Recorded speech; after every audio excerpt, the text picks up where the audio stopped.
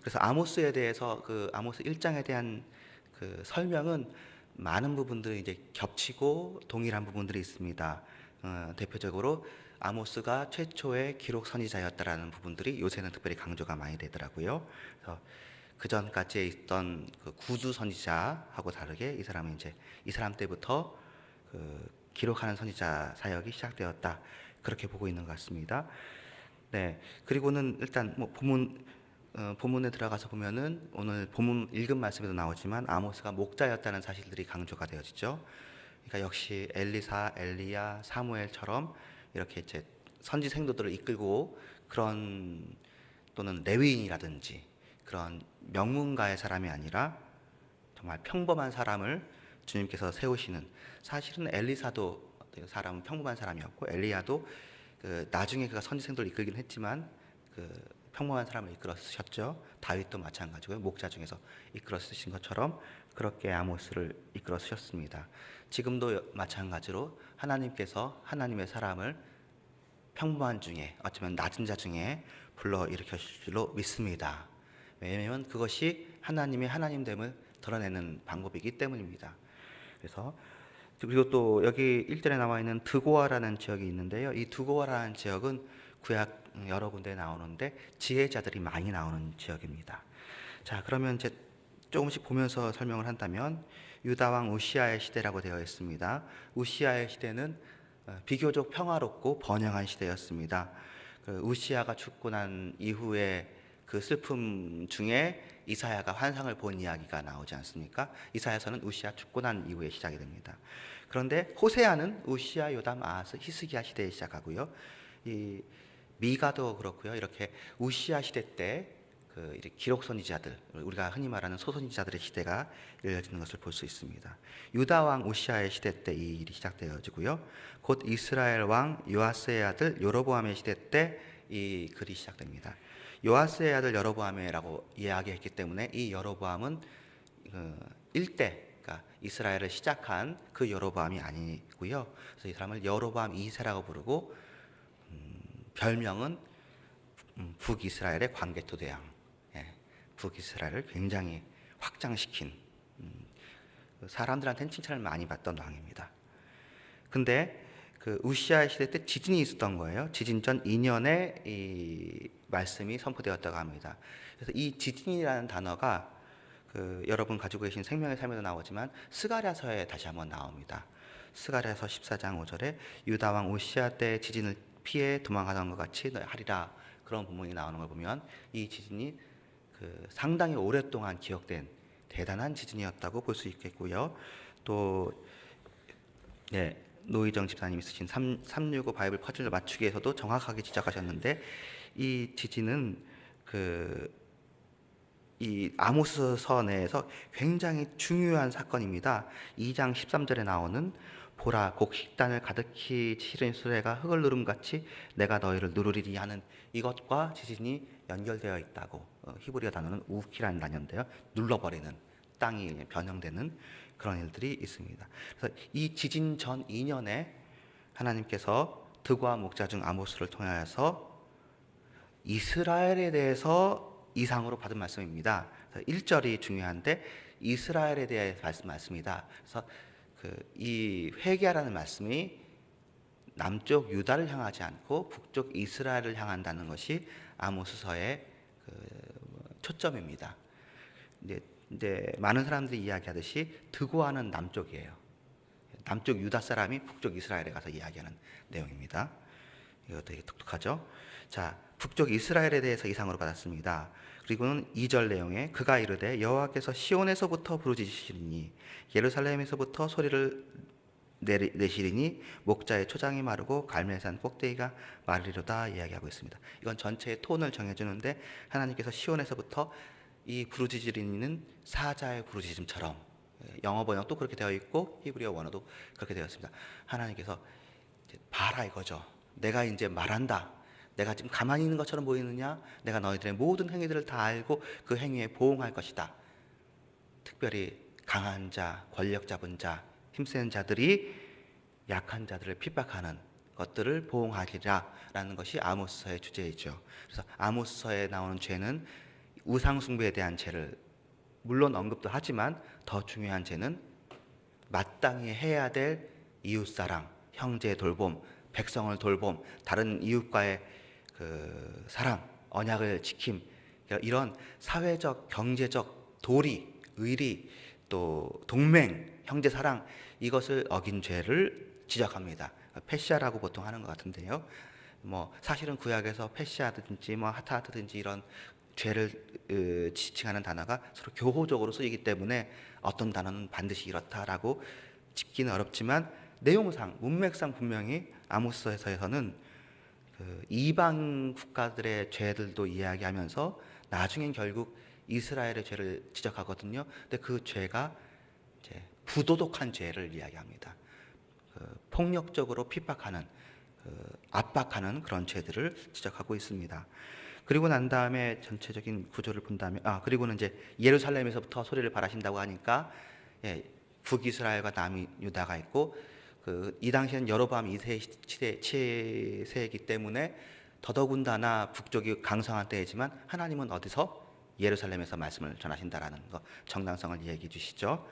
지금도 여전히 하나님은 말씀을 통해서, 성경 말씀을 통해서 이야기해 주시고 예수를 통해서 말씀해 주십니다.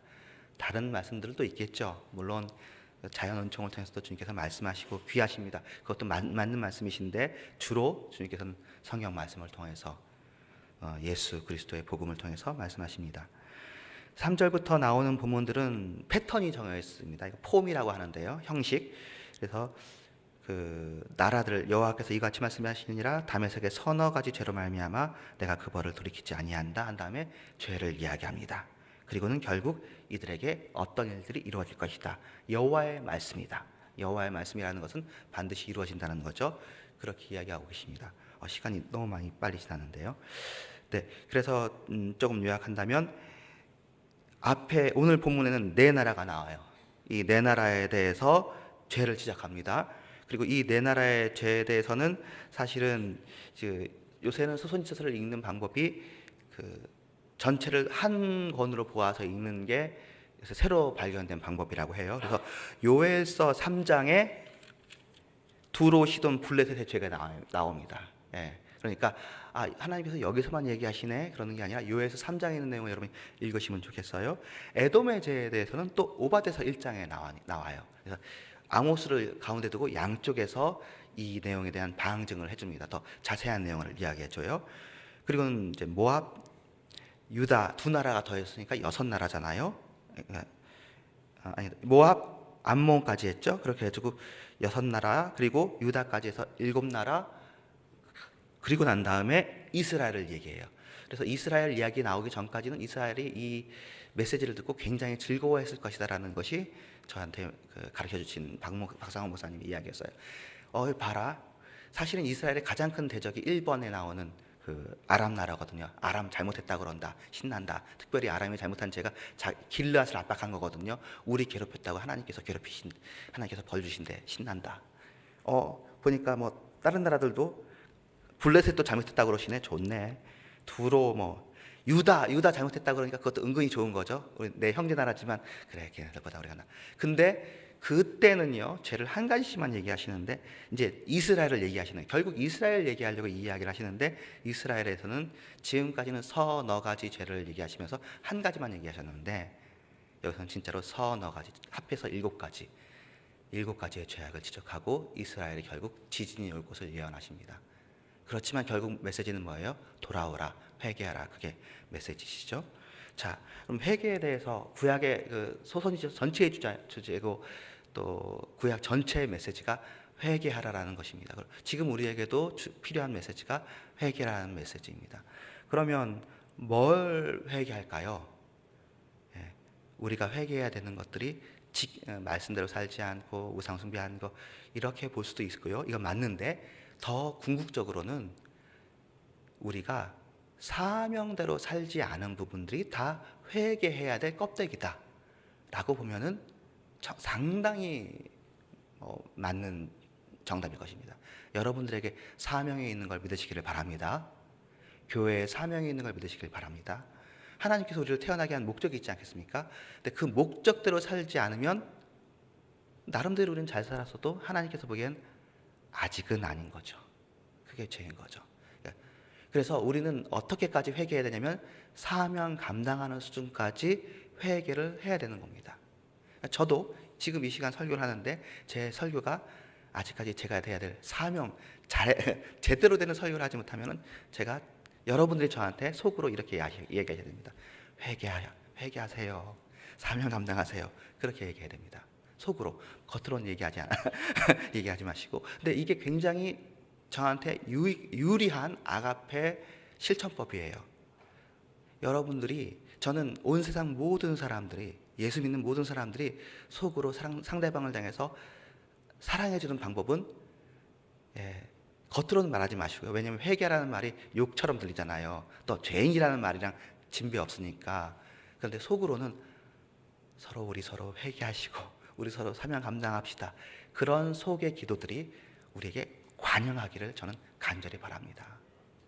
네, 욕이 아니잖아요. 왜 회개하라고 할 때 그게 욕이 되는 것은 우리가 다 죄라서, 죄가 아닌 게 하나도 없으면 그러면 회개하라고 그러면 우리 다 죽어가는 거니까 우리가 이제 무섭지만, 우리 회개하고 나도 남는 게 있어요. 우리 안에 거듭난 부분들, 우리의 속사람이 있잖아요. 어떻게 보면 사실은 우리의 속사람은 회개되지 못하는 것 때문에 울고 있잖아요. 성령님께서 우리 속에서 간구하고 계시잖아요. 그러니까 사실은 우리는 진짜로 회개해야 되는 거예요.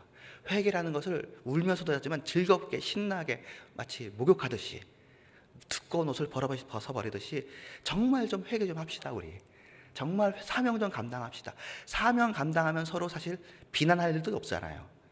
우리가 서로 생각이 달라지는 부분이 뭐죠? 내 생각에는 당신이 이렇고 당신 생각에는 이렇습니다 하는데, 내 생각 플러스 당신 생각 플러스 누구 생각까지, 하나님 생각까지 해서 회개하면, 그러면 나도 그렇게 회개한 당신이라면 난 할렐루야죠. 서로 피차 하나님 기준으로 회개합시다. 사명 기준으로 회개합시다. 그러면 나도 그 사실은 우리 모두가 그걸 원하는 거예요. 사명 감당하길 원해요. 사명 감당하면 내 영혼이 하나님 앞에서 신나고 즐겁고. 그러니까 하나님께서 다메섹한테 얘기하는 것도, 너네들 잘못했다 그것도 얘기하지만 너네들 뭐 해야 되느냐, 도와야 되는 거 아니냐, 이웃을 사랑해야 되는 거 아니냐. 사랑하지 못하니까 이런 일이 발생하는 거죠. 이스라엘에게 주어진 사명이 무엇이에요? 왕같은 제사장 나라가 되어져서 주변에 하나님의 이름을 거룩하게 여기고 하나님의 뜻을 이루는 나라가 되어야 되는데, 그렇지 못하고 오히려 죄 짓는구나, 그거잖아요. 그러니까 죄 짓는 거 회개해서 하나님 사명 감당하는 거 아니거든요. 그런 다음에도 사명 감당하는 그 수준까지 올라가야 되는데, 우리는 아예 회개를 사명 감당하는 수준까지 회개하시기를 주님의 이름으로 축원합니다. 여러분에게 이것이 기능이 되고 실력이 되고 아가페 방법이 됐으면 좋겠어요. 이렇게 하면 원수 사랑하는 것도 쉬워요. 원수한테도 회개하라고 얘기하면 되니까. 회개하고 사명 감당하면 기꺼이 사랑해 주는 것이고, 회개하라고 말해 주는 것 자체가 사랑이죠. 그 사람도 회개해야죠. 원수도. 그리고 사명 감당해야죠.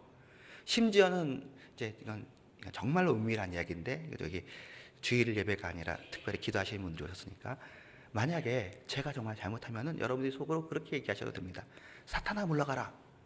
그런다고 해서 제가 여러분이 겉으로 대놓고 사탄아 그러시면 제가 이제 화가 나겠지만, 물론 실제로 겉으로 해도 화 안 낼 거예요. 제가 사탄은 아니잖아요. 그런데도 불구하고 사탄아 물러가라 하는, 제가 뭔가 사탄의 영향과 그런 미혹 속에서 제가 잘못하고 있는 거 아니겠습니까? 그런데 물러가라고 하면 저도 감사하죠. 내가 미쳐, 내가 몰랐는데 내가 좀 미혹됐구나.